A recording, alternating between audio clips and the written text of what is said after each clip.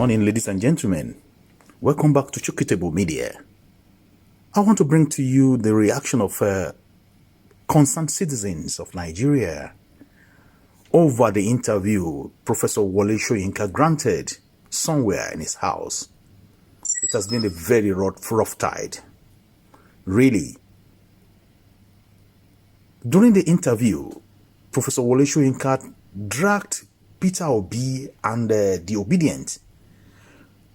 One keep wondering, what offense did Mr. Peter Obi or His Excellency Peter Obi committed against Professor Wole Soyinka and the cohorts?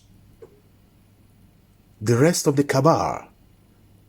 You know, you will expect much from Professor Wole Soyinka, but this time around, he's actually not showing what he's been known for. Activism, standing on the side of the people. But he's been spilling the beans everywhere he goes about the Obedient. I don't know what you feel. Put your comment in the comment section while I try to play to you the audio and the voices of this of concerned Nigerians, starting from Mayegun General, then to Dumeje, to Dr. Charles Apoki, and the rest of them. Come and see comments, because the internet is very hot now. Everybody's passing their opinion over the white-haired man, the 90-year-old man that people would think is supposed to be on the side of the people. Several occasions like this, Professor has been spilling the beans. Let's listen to what the opinion of the people are directly from them. And put your own comment in the comment section and see. Let's see if you will agree with Professor Wole Soyinka or you agree with the concerned citizens of Nigeria trying to look for a better Nigeria. The Nigeria that Professor Wole Soyinka will definitely not live in. Looters, because the crumb from their table could sustain these sewage dwellers in Yoruba land for maybe few days. It's unfortunate. Unfortunately, these Omuali jatis who are using left hand to point at their father's house, supposedly Yoruba land. These Omuali jatis, they are now pointing fingers at some of us and calling us Omuali. They have the opportunity of making Yoruba land and the Yoruba people actually better, but they've made your lives worse. But turn around and tell you that, oh, you should be grateful. Be grateful. You need to defend also.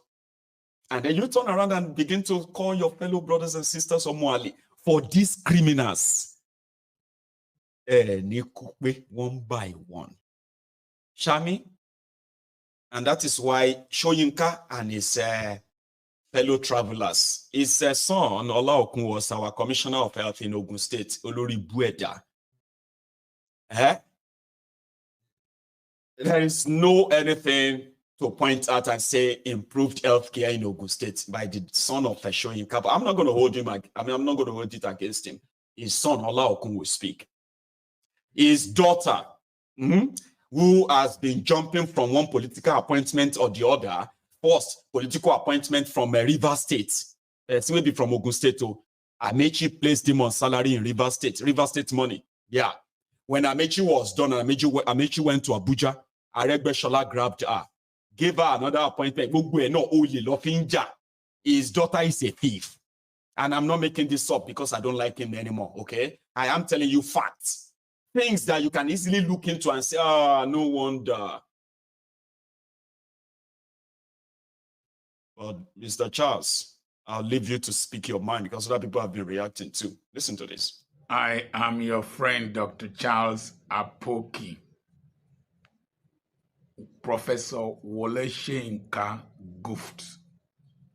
He misfired when he said that His Excellency Peter Obi is not qualified to rule Nigeria because his team is incompetent.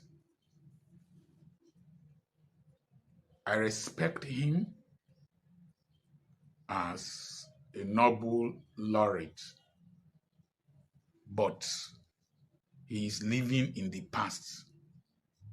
According to Dati Baba Ahmed, that speaking English of the 1960s is not relevant in this generation. Point number one, I did videos in the time past that this generation will question everything and question any person.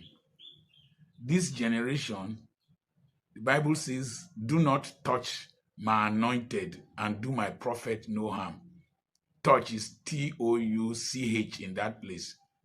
But this generation, they can Torch the anointed, burn the anointed, and do him harm, and disgrace him.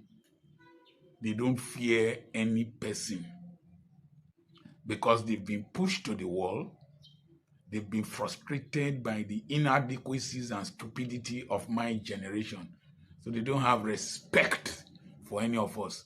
So when you think that you are Wole Soyinka, you are a Nobel laureate, you are one person, you are bishop this, archbishop this, pastor this generation is disappointed in religion, elders, disappointed in the politicians of my era and behind.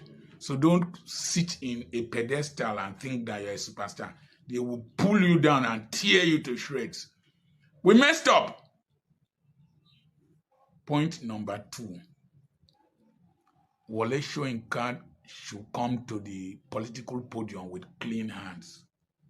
He led a mob against Goodluck Jonathan that carried a coffin with Goodluck Jonathan's effigy in it.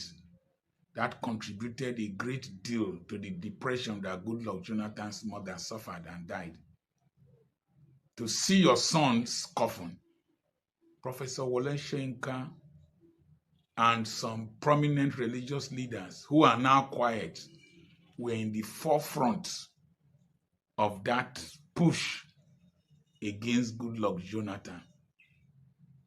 And so he has no moral justification to condemn any person for insulting or abusing him or dragging him. This generation has seen what my generation has done.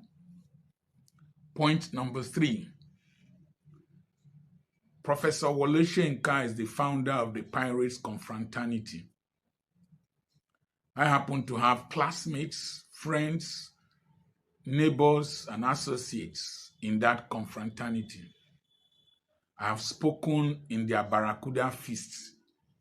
I've done lectures for them in my office via Skype or whatever, Zoom, to his deck in the United States in New York. The Pirates Confraternity stood for injustice, stood against corruption, and stood for the development of humanity and excellence. I remember when they used to donate blood and cook for us when the workers were on strike. They would cook, they would run the kitchen, they would control traffic and do so many humanitarian gestures. But recently, they sang a song. Hand they shake, leg they shake. Papa we not well. If they shout a Milo con, that's against President Bola Tinubu, a former governor, a former NEDACO leader. Your Pirates Confraternity sang that song, and another one with the Bala Blue song. What did you say? Did that disqualify you, Professor Wole Soyinka, from heading an organization if you are appointed? Would that disqualify you? I ask another question. Prof, I'm loyal, sir. The Pirates Confraternity you formed, how much control do you have over their activities? You formed that. Peter Obi did not form the Obedient Movement. Peter Obi, if you are preparing a salt solution in the lab, if you want to crystallize salt from it, you just take a grain of salt and put it inside. Other the salt in the solution, maybe like potassium chloride or whatever, will start crystallizing around that salt. It's like the way pearls are formed in oysters. A grain, and then the oyster will start secreting pearly material around it. People crystallized around Peter Obi, people who were tired of the corruption, of the backwardness of our nation, the things you fought for this country to become are being desecrated. Those are the people who crystallized around Peter Obi. So, will somebody have disqualified you from winning the Nobel Prize because out of pirates' confraternity, buccaneers, Eye, Black Axe, and other ones, Vikings, derived their motivation, and then the cult wars and whatever we are having in this country, would it be ascribable to you and prevent you from winning the Nobel Prize? Prof, sometimes we need to reason, we need to think. Prof, sir, I think you misfired. You are out of touch with reality. You have eaten something that is preventing you from speaking well. Sometimes when you pack too much pepper fruit inside your mouth, you find it difficult to speak well. I think you benefited from Tinubu one way or the other, either through sponsorship or relationship, because I find it difficult to believe that you are a tribal bigot, that you have degenerated to that level. I believe you misfired.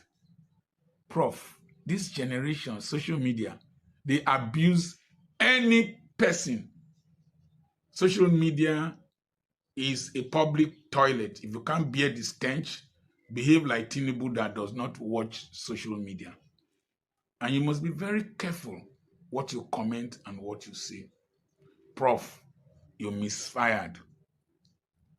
You tried in the time past. Your time has passed. Enjoy your retirement.